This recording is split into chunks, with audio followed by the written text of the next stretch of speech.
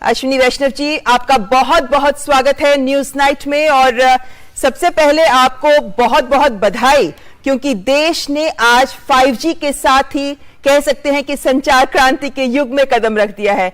तो बहुत बधाई मंत्रालय को भी, क्योंकि 2018 से ही इसका काम तो शुरू हो ही चुका था। तो महत्वपूर्ण उपलब्धि आपके लिए, सरकार के लिए, भारत के लिए। धन्यवाद। अश्विनी जी, सब लोगों के सामने हमने तस्वीर तो रखी है, लेकिन सबसे पहले, क्योंकि एक आम जन भी समझना चाहता है कि 5G की बात तो हम पहले भी सुनते आए थे, किस तरह एक आम जन की जिंदगी में बदलाव आएगा, उसकी जिंदगी कितनी सरल सहज हो पाएगी जब 5G रोल आउट हो जाएगी पूरी तरह से। 5G का बहुत ही दूरगामी असर है। 5G में जिस तरह की डेटा की स्पीड है, जिस तरह की क्वालिटी है, और जितना बिना डिले के कनेक्शन हो जाएगा, उस सब से जो हमारे एक आम जीवन में, जैसे एजुकेशन में, हेल्थ केयर की सर्विसेज में, लॉजिस्टिक्स में, इन सब में एक बहुत बड़ा परिवर्तन आएगा। यूजर का जो एक्सपीरियंस है, उस एक्सपीरियंस के अलावा बहुत सारी ऐसी नई चीजें संभव होगी जो पहले कभी संभव नहीं थी। आज हमने देखा कि जब समारोह में शिक्षा के क्षेत्र में सामने एक उदाहरण दिया गया कि किस तरीके से ऑगमेंटेड रियलिटी या वर्चुअल रियलिटी के जरिए छात्र शिक्षा प्राप्त कर सकते हैं। मंत्री जी, इसके जरिए फिर क्या हम ये भी मान सकते हैं कि कृषि के क्षेत्र में आधुनिक तकनीक को जोड़ने में सहायता मिलेगी, या फिर टेलीमेडिसिन जैसे क्षेत्रों में स्वास्थ्य सुविधाओं को भी आगे बढ़ाने में मदद मिलेगी? किस तरह की सोच के साथ इसको आगे लाने में सरकार भी काम कर रही है, क्योंकि निजी क्षेत्र और सरकार मिलकर इसको सफल बना सकते हैं? आपने एकदम सही कहा। कृषि में तो बहुत ही इसका उपयोग है। जहां जहां दुनिया में 5G रोल आउट हुई है सर्विसेज, वहां इसका बहुत बड़ा उपयोग कृषि क्षेत्र में होता है।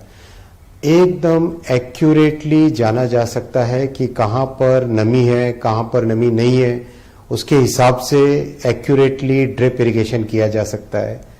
हेल्थ केयर में मान लो एक रिमोट एरिया है, उस रिमोट गांव में अगर किसी पेशेंट का चेकअप हो रहा है, तो वो चेकअप का डेटा रियल टाइम पीछे हॉस्पिटल में जा सकता है। डॉक्टर्स उसको देख के बहुत ही आसानी से, अच्छे से उसका डायग्नोसिस कर सकते हैं।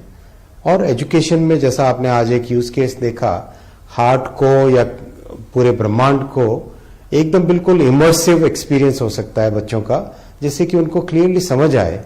जैसा आज माननीय प्रधानमंत्री जी ने उस छात्रा से पूछा था कि अगर ये इमर्सिव एक्सपीरियंस नहीं होता तो क्या आप अपने माइंड में पिक्चर बना सकते थे? तो छात्रा ने कहा नहीं, इस इमर्सिव एक्सपीरियंस से पूरा माइंड में एकदम पिक्चर बन जाता है। जी मंत्री जी, आज प्रधानमंत्री जी ने भी इस बात को सामने रखा कि हम चौथी औद्योगिक क्रांति का फायदा इस 5G तकनीक के जरिए उठाने में सक्षम हो पाएंगे।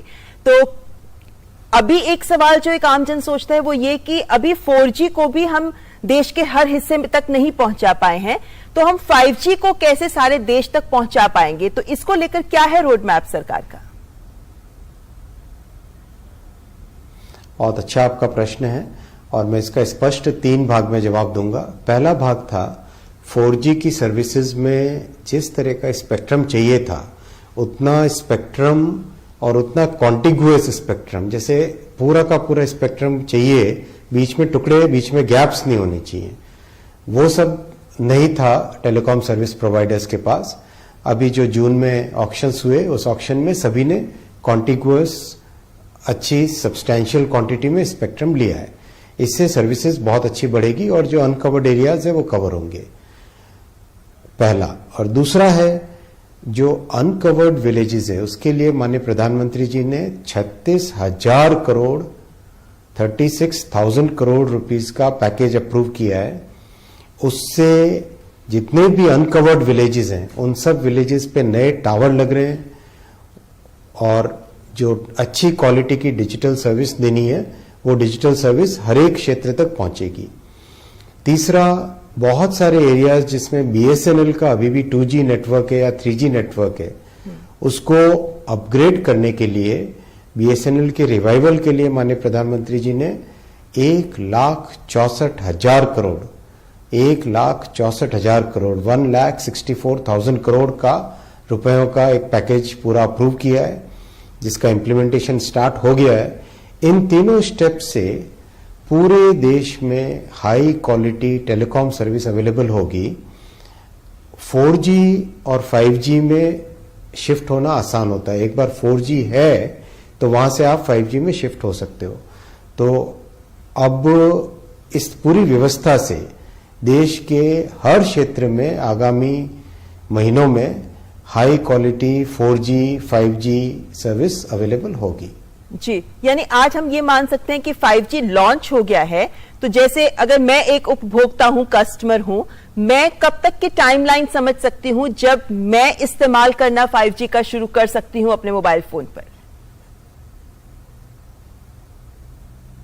कुछ ही दिनों में अगले कुछ ही महीनों में करीब 200 के आसपास शहर और कस्बे कवर हो जाएंगे और आगामी फरवरी मार्च के महीने से बहुत तेजी से रैंप अप होगा। क्यों? क्योंकि अभी जो प्रोडक्शन बढ़ाया है इक्विपमेंट्स का, वो प्रोडक्शन आगे फील्ड में लगने के लिए जब तैयार होगा तब तक जनवरी फरवरी के बाद से आप देखेंगे कि बहुत तेजी से, और बिफोर दैट करीब 200 के आसपास शहर और कस्बों में आप 5G की सर्विस यूज करने लगेंगे। मंत्री जी, हम जानते हैं कि भारत एक बहुत ही विविधता वाला देश है और यहाँ पर हमारे पास अंडमान निकोबार जैसे आइलैंड्स भी हैं, तो वही हमारे पास नक्सल प्रभावित क्षेत्र भी हैं। तो इस सारी विविधता को देखते हुए क्या इन क्षेत्रों तक भी हम पहुंच पाएंगे? क्योंकि हम ये जानते हैं कि चाहे हम बात करें बिजली पहुंचाने की या जल पहुंचाने की, हर तरह की बाधा को पार करती आई है सरकार। क्या इस संचार क्रांति के लिए भी सही रोड मैप है हमारा? बिल्कुल, मोदी जी का इतना स्पष्ट संकल्प है कि हर एक गांव तक हमें हाई क्वालिटी सर्विस पहुंचानी है। तो आप आज तक के जितने भी प्रोग्राम हैं मोदी सरकार के देखिए, चाहे उज्ज्वला के गैस पहुंचाने हो, हर घर तक बिजली पहुंचानी हो, चाहे आपको हर घर तक जल पहुंचाना हो, नल से जल, हर एक कार्यक्रम में इम्प्लीमेंटेशन पे बहुत स्ट्रांग फोकस रखा गया है। इसमें भी इम्प्लीमेंटेशन पे इतनी आगे की तैयारी की गई है। मान लीजिए अंडमान निकोबार, तो अंडमान निकोबार तक ऑलरेडी एक अंडर सी केबल, समुद्र के नीचे एक ऑप्टिकल फाइबर की केबल बिछाई गई है, जिससे कि अंडमान निकोबार जैसे दूर दराज इलाके तक भी हाई स्पीड डेटा सर्विस पहुंचे। वैसे ही जितने भी नक्सल प्रभावित क्षेत्र हैं, हमारे दूर दराज के नॉर्थ ईस्ट के गांव हैं, उन सब तक भी फाइबर, ऑप्टिकल फाइबर केबल तक बैकबोन पहुंचाने का वो काम भी तेजी से चल रहा है। तो इस तरह से कोई भी क्षेत्र हो, हम लोग कृत संकल्प है कि आगामी समय में high speed service, high speed digital service हर जगह पहुंचे। जी मंत्री जी, जब हम संचार क्षेत्र की बात करते हैं तो इसमें बहुत सारे मुद्दे, बहुत सारे पहलू हैं और नीतिगत स्तर पर निर्णय लेने में सरकार हमेशा प्राथमिकता दिखाती रही है, प्रतिबद्धता इस क्षेत्र के विकास में। लेकिन हम देख रहे हैं कि जैसे टेलीकॉम बिल की बात करें, डिजिटल इंडिया बिल की बात करें या डेटा सिक्योरिटी बिल की बात करें, इन बिल्स के जरिए इस क्षेत्र को मजबूती देने के लिए काम कर रही है सरकार। तो इन बिल्स पर कितना आगे बढ़ पाए हैं हम? बहुत अच्छी प्रोग्रेस हुई है। देखिए, डिजिटल की दुनिया बहुत ही डायनामिक दुनिया है, तेजी से टेक्नोलॉजीज बदलती है। तो इन सब परिवर्तनों को ध्यान में रख के एक कॉम्प्रिहेंसिव डिजिटल फ्रेमवर्क बनाया जा रहा है। इस कॉम्प्रिहेंसिव डिजिटल फ्रेमवर्क में पहली जो लॉ है टेलीकॉम बिल, वो ऑलरेडी कंसल्टेशन के लिए अपलोड कर दिया गया है। डेटा प्रोटेक्शन का दूसरा बिल बहुत जल्दी आएगा और उसके तुरंत बाद में डिजिटल इंडिया बिल भी आप सबके सामने रखा जाएगा। हम लोग एक बहुत फोकस करके कर रहे हैं कि हर चीज को कंसल्टेटिव तरीके से करें। माननीय प्रधानमंत्री जी ने स्पष्ट निर्देश दिया है कि जितने भी स्टेक होल्डर्स हो, चाहे क्रिटिसाइज करने वाले हो चाहे सपोर्ट करने वाले हो, सबकी बात सुनकर उनके निचोड़, उनके सुझावों को बिल में समाहित करके पार्लियामेंट में जाना है। जी मंत्री जी, हम ये जानते हैं कि ये जो 5G तकनीक हम लेकर आए हैं ये हमारे देश में निर्मित है। आत्मनिर्भर भारत का एक बड़ा उदाहरण है ये 5G। ऐसे में अब जबकि 5G लॉन्च हो गया है, इसी क्षेत्र में जाहिर है कि बहुत सारी टेक सॉल्यूशंस आगे चाहिए होंगे। सबको साथ लेकर चलना आपने कहा सरकार की प्राथमिकता है। किन मायनों में हम स्टार्टअप्स को और निजी क्षेत्र को भी इस मामले में साथ लेना ही नहीं प्रमोट भी करना चाहेंगे ताकि नई नई इनोवेशंस आगे आए और नई तकनीक के साथ सब जुड़े? पिछले बजट में माननीय प्रधानमंत्री जी ने अनाउंस किया था कि हमारा जो यूएसओएफ फंड है उस फंड का एक सिग्निफिकेंट हिस्सा जो कि करीब करीब सालाना 500 करोड़ रुपए का होता है, उसका उपयोग होना चाहिए रिसर्च एंड डेवलपमेंट में टेलीकॉम के। देखिए, भारत के इंजीनियर्स हैं जो दुनिया भर के प्रोडक्ट्स बना रहे हैं, दुनिया भर के प्रोडक्ट्स डेवलप कर रहे हैं। तो इन सब इंजीनियर्स को, एंटरप्रेन्योर्स को जब अपॉर्चुनिटी मिलेगी, स्टार्टअप्स को अपॉर्चुनिटी मिलेगी, फंडिंग सपोर्ट मिलेगा, तो वो कितनी बड़ी ताकत बन के उभर सकते हैं।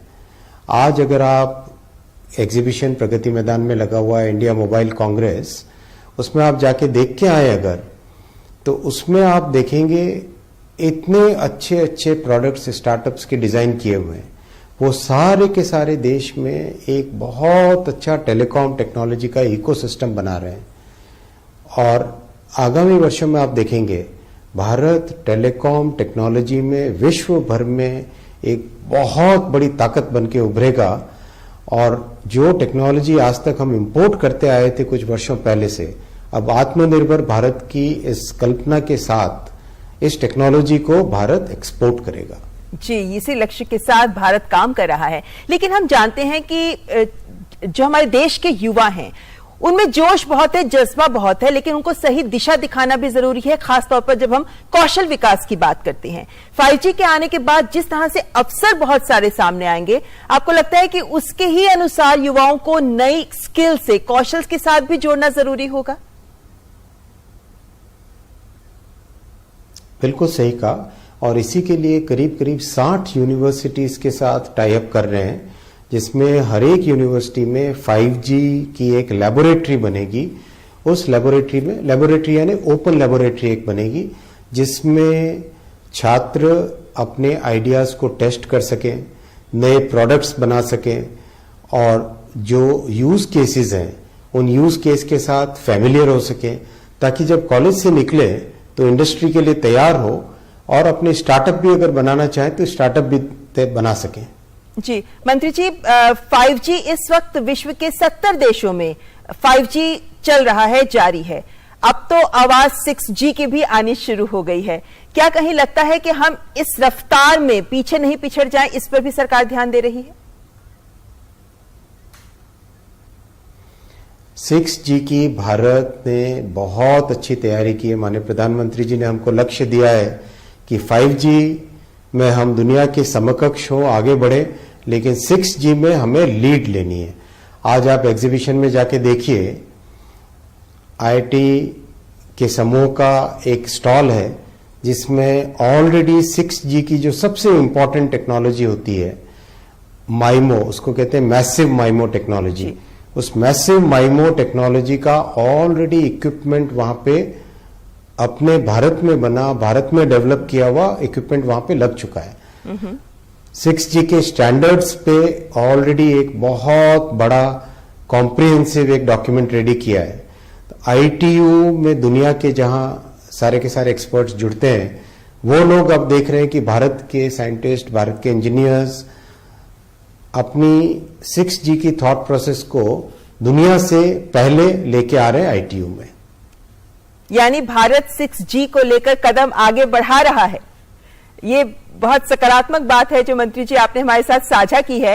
लेकिन अगर हम वापस 5G के ऊपर जाएं तो आज निजी क्षेत्र ने अपने भी विचार साझा किए थे और हर ओर से एक ही आवाज थी कि सरकार ने जिस तरीके से प्रक्रियाओं को सरल किया है, जिस तरीके से आपके लिए निर्णय लेना आसान हो गया है, काम करना आसान हो गया है, माहौल, कार्य संस्कृति बेहतर हुई है, उससे बहुत साथ मिला है। इन सकारात्मक प्रतिक्रियाओं के साथ साथ क्या कुछ और विचार है जो निजी क्षेत्र आपसे साझा कर रहा है, जो 5G के क्रियान्वयन को लेकर जो चुनौतियां आ सकती हैं उनको सामने रखता है? बहुत सारा होमवर्क इसके पीछे गया है।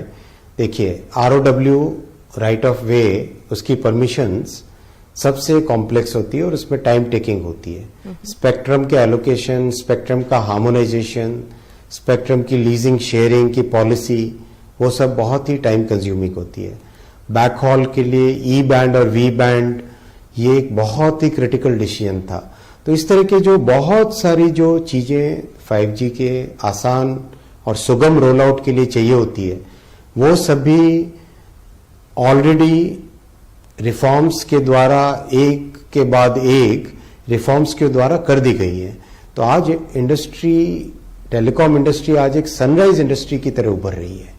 तो ऐसे में मंत्री जी, क्योंकि हम जानते हैं कि हमारी टेलीकॉम इंडस्ट्री एक जटिल दौर से गुजरी है, फंड्स की कमी जैसे कुछ मुद्दे हैं जो उनके सामने रहे हैं, ऐसे में इन्वेस्टमेंट की समस्या या फिर इन्वेस्टमेंट पर रिटर्न की समस्या इत्यादि, या फिर हालांकि आपने इस बात को लगातार सामने रखा है, अफोर्डेबल है हमारे यहाँ का डेटा और अफोर्डेबल ही रहेगा। कंपनियों ने संकेत दिया है कि थोड़ा बहुत हम बढ़ाएंगे जरूर, लेकिन हम ये मानकर चलें कि जो समस्याएं टेलीकॉम के आगे रही हैं उन सबको दरकिनार करते हुए एक आम जन के लिए अफोर्डेबल होगा 5G? बिल्कुल अफोर्डेबल रहेगा। आज भी भारत में टेलीकॉम सर्विस दुनिया के सबसे अफोर्डेबल सर्विस के रूप में माना जाता है। ये हम नहीं कहते, ITU कहता है, इंटरनेशनल टेलीकम्युनिकेशन यूनियन, जो कि एक इंटरनेशनल बॉडी है, WHO इसकी, UNO की, वो उनका ये मानना है कि भारत का टेलीकॉम सेक्टर सबसे अफोर्डेबल सेक्टर है। वही प्रैक्टिस आगे भी रहेगी। रही बात इन्वेस्टमेंट की, देखिए, भारत में 130 करोड़ जनसंख्या, 110 करोड़ के आसपास कनेक्टेड लोग, तो इतने बड़े वॉल्यूम पर अगर प्राइस कम रहता है तो भी वो एक अच्छा ओवरऑल रेवेन्यू का क्षेत्र बनता है, उसमें रेवेन्यू का क्वांटम बनता है। तो जो पुरानी लीगल इश्यूज थे, जो लिटिगेशंस थे, उन सबको माननीय प्रधानमंत्री जी ने पिछले साल के सितंबर महीने में जो रिफॉर्म्स किए, उन रिफॉर्म्स के जरिए बहुत सारी जटिलताएं, बहुत सारे लिटिगेशंस वो फिनिश हो गए। अब इंडस्ट्री एक नई इन्वेस्टमेंट साइकिल में ऑलरेडी प्रवेश कर चुकी है जी। तो इस 5G के रोल आउट में करीब 2.5 से 3 लाख करोड़ रुपए का इन्वेस्टमेंट पड़ेगा। वो सब, उसके लिए इंडस्ट्री आज तैयार है। जी बिल्कुल, और इंडस्ट्री भी तैयार है, देशवासी भी तैयार हैं, और सरकार तो इसको लॉन्च कर ही चुकी है। एक बार फिर सरकार को बधाई, और देशवासियों के लिए महत्वपूर्ण रहेगा आने वाला वक्त जब 5G पूरी तरह से रोल आउट हो जाएगा। बहुत बहुत शुक्रिया मंत्री जी, हमारे साथ बात करने के लिए, 5G पर सारी तस्वीर साफ करने के लिए। धन्यवाद।